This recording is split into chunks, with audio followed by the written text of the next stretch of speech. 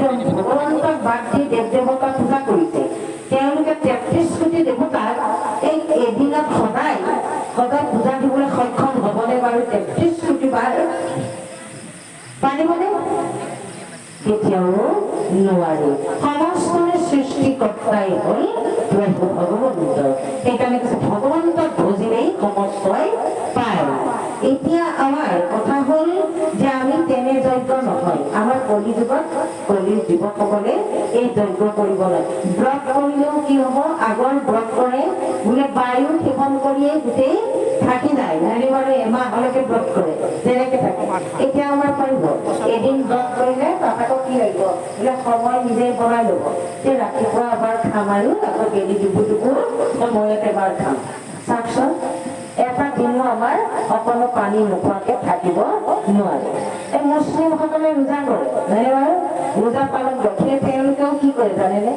এই ৩:৩০ বজাত ন কোনোবাই খায়নে বাৰু কলিৰ মনুষ্য দানত জাতি সেইকাৰণে সিহঁতে কি কৰে ৰাতি ৩:৩০ বজাতে যিমান পাৰে আৰু দিনটো থাকিবলৈ ভৰাই লয় আকৌ কি কৰে দিনটো থাকি ৪:৩০ বজাত সিহঁতৰ ৰোজা খোলে নহয় বাৰু এই ৰোজা খোলোতে আকৌ কি কৰে যিমান পাৰে সিমান খাই লয় নোখোৱাকে কিন্তু কোনো নাথাকে গতিকে কলিত যুৱকসকলে এই নিয়মবিলাক পালন কৰিব নোৱাৰে সেইকাৰণে আমি যজ্ঞ কৰিব লাগিব কেনেকৈ যে আমি যিগৰাকী আয়ে ৩:৩০ বজাত সাৰ পায়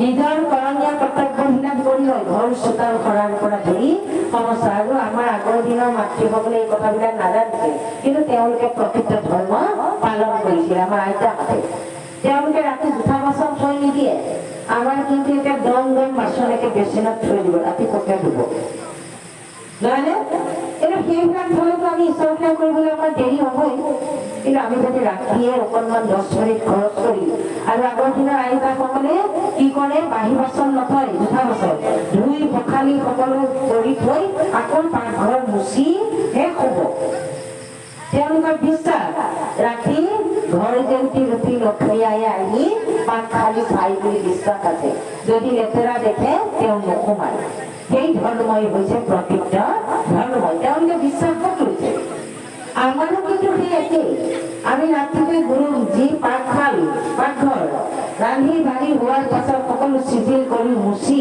কাচি তাৰ পিছতহে আমি শয়ন কৰিব লাগে কিন্তু আমাৰ বহুতে সেইখিনি নকৰে সেইখিনি কৰি থকা আয়ে ৰাতিপুৱা ৩টা বজাত সাৰ পাব সাৰ পাই ৩:৩০ বজাৰ পৰা ৪ বজাৰ ভিতৰত তেওঁ বাকী ঘৰ চোতাল কাঢ়ি পোহৰ নহ'লেও লাইট জ্বলাই দিব লাগে আৰু নকৰিলেও নিজৰ যিখিনি যোৱা কাম গুৰুগৃহ বাহিৰত থাকে গতিকে গা পা ধুই তেওঁ সেই কৰি গুৰুগৃহ পাব গুৰুগৃহ মুচি কাচি বন্তি জ্বলাই নিজৰ কৰ্তব্য কৰ্তব্যবিলাক কৰিব গতিকে সেইখিনিৰ মাজতে আমাৰ ব্ৰহ্মযজ্ঞ আৰু দেৱযজ্ঞ তাতেই প্ৰতিফলিত হয় যে গা পা ধুই যেতিয়া গুৰুগৃহলৈ যাব তাত গৈ তেওঁলোকে দেৱযজ্ঞ কৰিব কাৰণ ভগৱন্তক পূজা চাকি বন্তি জ্বলাই প্ৰাৰ্থনা আদি মাতি গুৰুৱে যিখিনি কথা কৈছে সেইখিনি পালন কৰিব কৰাৰ লগতে আকৌ কি হ'ব যে কোনোবাই প্ৰসংগ কৰিব জানে প্ৰসংগ কৰিব কোনোবাই প্ৰসংগ নেজানে পাঠ প্ৰসংগ কৰিব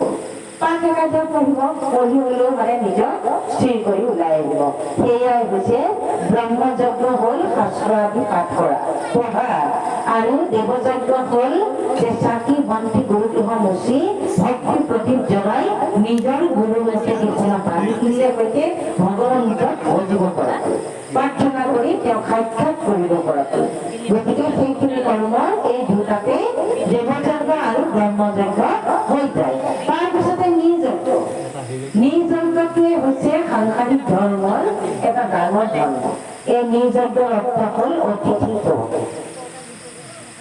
যে আমাৰ গৃহলৈ আহিলে আমি অতিথি কেনেকৈ সেৱা কৰিব লাগে যে পাদ্য ঘৰলৈ মোৰ আজি বৰ ভাল লাগিছে আপোনালোকৰ পদূলিতে আহি আমি বহুত ঠাইলৈ গৈছো এই এটা বাল্টিতে পানী থয় সেই বাল্টিটোৰে ভৰি ধুৱাই আকৌ হাত ধুবলৈও পানী দিয়ে এইটো নহয় পাদ্য আৰু অৰ্ঘ হয়নে মুখ ধোৱা আৰু ভৰি ধোৱা পানী বেলেগ হ'ব লাগে আপোনালোকৰ বৰ ভাল পাইছো মই এইটো বস্তু পাইছো মই সকলোকে এই কথাষাৰ প্ৰচাৰ কৰিম মোৰ বহুত ভাল লাগিছে যে আপোনালোকে ইয়াৰ তত্ত্বটো মানে খুব সুন্দৰকে পালন কৰিছে এটা বাল্টিৰে ভৰি ধুৱাইছে আৰু এটাৰে সৈতে আমাক হাত ধুবলৈ দিছে, মুখত পানী ল'বলৈ দিছে।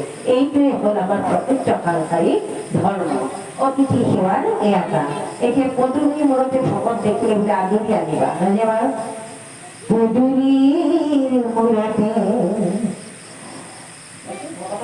ভকত দেখিলে আদৰি আনিবা, সাদৰি ধৰাখন দিবা। পদূলিৰ মূৰতে চৰণ ধুৱাইবা, তেহে হ'ব ভকতৰ সেৱা। নহয়নে বাৰু? গৃহলৈ আহিলে আমাৰ ঠিক তেনেকৈ ভকতক আদৰ সন্মান কৰি আমি আসন দি তেওঁ কেনেকৈ আহিল, কিবা কষ্ট পাইছে নেকি ইয়ালৈ আহোঁতে, এই বা বাতৰিবিলাক সুধি তাৰপিছত আপুনি আপ্যায়নৰ ব্যৱস্থা কৰক। আপোনাৰ বচনহে আচল। আপুনি যদি ভকত আহিছে দেখি যদি দুৱাৰখন মাৰি দিছে, এইজনটো কিমান আহে আৰু আৰু সেইদিনাখনি আপোনাৰ আৰু সমস্ত শেষ। গতিকে অতিথি সেৱা, আমি অতিথি পাবলৈ আমি নিজে আহ্বান কৰিব লাগিব। আইসকলে যে অতিথি যেতিয়া গৃহলৈ আহে, সেই অতিথিক যেতিয়া আপুনি সেৱা কৰিব, তেতিয়া আপোনাৰ এই নিজ যজ্ঞটো তাতে প্ৰতিফলিত হ'ব আৰু ঘৰখন শুদ্ধ হ'ব। একান্ত ঈশ্বৰ ভক্ত যদি এজন আপোনাৰ গৃহলৈ আহে, আপোনাৰ সেই দিনটো আপোনাৰ সুন্দৰ সুন্দৰ যেন লাগিব, আনন্দ লাগিব, কেতিয়াও বেয়া যেন নালাগিব। ভগৱন্তই কৃপা কৰিব। সেইকাৰণে কৈছে আমি আহ্বান কৰিব লাগিব। আৰু যদি কাৰোবাৰ ঘৰলৈ কেতিয়াও কোনেও ভকত আহ্বান কৰা নাই আৰু যোৱা নাই, সেইখন গৃহত ভকত কেতিয়াও যোৱাই নাই, তেতিয়াহ'লে সেইখন গৃহত শাস্ত্ৰই দিছে এটা উদ্ধৃতি, কি বুলি কৈছে জানেনে? যাহাৰ গৃহতে লহি উদগত একান্ত হৰি তাৰ গৃহচয় সৰ্পৰ আলয় ইটো মহন্দৰ মত। এই একাদশ স্কন্ধতে লিখা আছে এই কথা, আমি কোৱা কথা নহয়, শাস্ত্ৰত আছে। গতিকে যাৰ গৃহত বোলে কেতিয়াও অতিথি যোৱাই নাই, সেইখন গৃহত হেনো সৰ্প থাকে বুলি কৈছে। কি সৰ্প? এতিয়া আমাৰ গৃহতো আৰু এনেকুৱা হাবি সৰ্প থাকে, আমি চব পলাই পথম দি কি সৰ্প থাকে যে আমাৰ দেহা, আমাৰ এই শৰীৰত এইখনো গৃহ, এই গৃহ আৰু বাহ্যিক গৃহখনত যদি কাম, ক্ৰোধ, লোভ, মোহ, দম্ভ, দৰ্প, অহংকাৰে মতমত্ত হৈ জীৱবিলাক থাকে, সেইখন গৃহত কেতিয়াও ভগৱান নাহে বুলি কৈছে। সেইখন গৃহলৈ কেতিয়াও ভগৱান পদাৰ্পণ নকৰে বুলি কৈছে। তাত কলিয়ে বাস কৰে, এই কলি কীটসমূহে বাস কৰে আৰু সদায় সেই ঘৰখনত থকা জীৱবিলাকৰ মনবিলাক কলুষিত হৈ থাকিব। আৰু সেই গৃহখনত আটাইকেইটা 5টা যদি প্ৰাণী আছে, 5টা প্ৰাণীৰে মনবিলাক বেলেগ বেলেগ ধৰণৰ হ'ব, কাৰো কাৰো লগত মিল নাথাকে। এখন দুৱাৰে যদি দেউতাক সোমাই, সিখন দুৱাৰেৰে পিঠিত ওলাই যাব, নহয়নে বাৰু? আৰু একেলগে বহি কেতিয়াও তেওঁলোকে অন্ন খাব নোৱাৰে। কেনেকৈ পাব? ইজনে সিজনৰ লগত মিলেই নাই। মাককে মাত্ৰ একে অস্ত্ৰ হিচাপে লৈ সকলো চলি থাকিব। বাপেকে ক'ব যে শুনিছনে, পিতেৰক কবি দেই, সি বৰ আগবাঢ়ি গৈছে, তাক কিন্তু মই যেতিয়া ধৰিম, আকৌ পিতেকে ইফালে মাকক ক'ব, মা মই কালিলৈ এফালে যাম, তুমি দেউতাৰ পৰা মোক টকা 1000 খুজি থবা। একে গপচত উত্তৰ দিছে। মাকে ইফালে আৰু পিয়ন কৰি আছে, আৰু ইফালে এবাৰ সিফালে এবাৰ, নহয়নে? কি কৰিব মাজত? টকাকেইটাও দিব, দিলে আৰু হাত কলা ভকলা মাকে ভকিব যে তোৰ পৰা আৰু কান্দি নাই, দেউতাৰে মোক আমুক কৈছে তই কিয় এনেকুৱা হৈছে, নহয়নে বাৰু? কিন্তু তথাপিও আমি ভাল কৰিব পৰা নাই। ইয়াৰ অৰ্থ যে আমি যেতিয়াই শিশু জন্ম কৰিছো, যেতিয়া আমি গৰ্ভধাৰণ কৰিছো, গৰ্ভ লোৱাৰ প্ৰাক মুহূৰ্তত আমি পুৰুষ প্ৰকৃতিয়ে কেতিয়াও ঈশ্বৰৰ কথা চিন্তা কৰা নাছিলো। আজি তৃতীয় স্কন্ধৰ কথা প্ৰত্যেক ঠাইতে ওলায়। তৃতীয় স্কন্ধটো যে আমাৰেই, সেইটো কোনেও কিন্তু অনুভৱ নকৰে। তৃতীয় স্কন্ধ ভাগৱত আজি দিবলগীয়া কিয় হ'ল? যে সংসাৰৰ ধৰ্ম গোটেইখিনি পালনৰ কথা তৃতীয় স্কন্ধত আছে।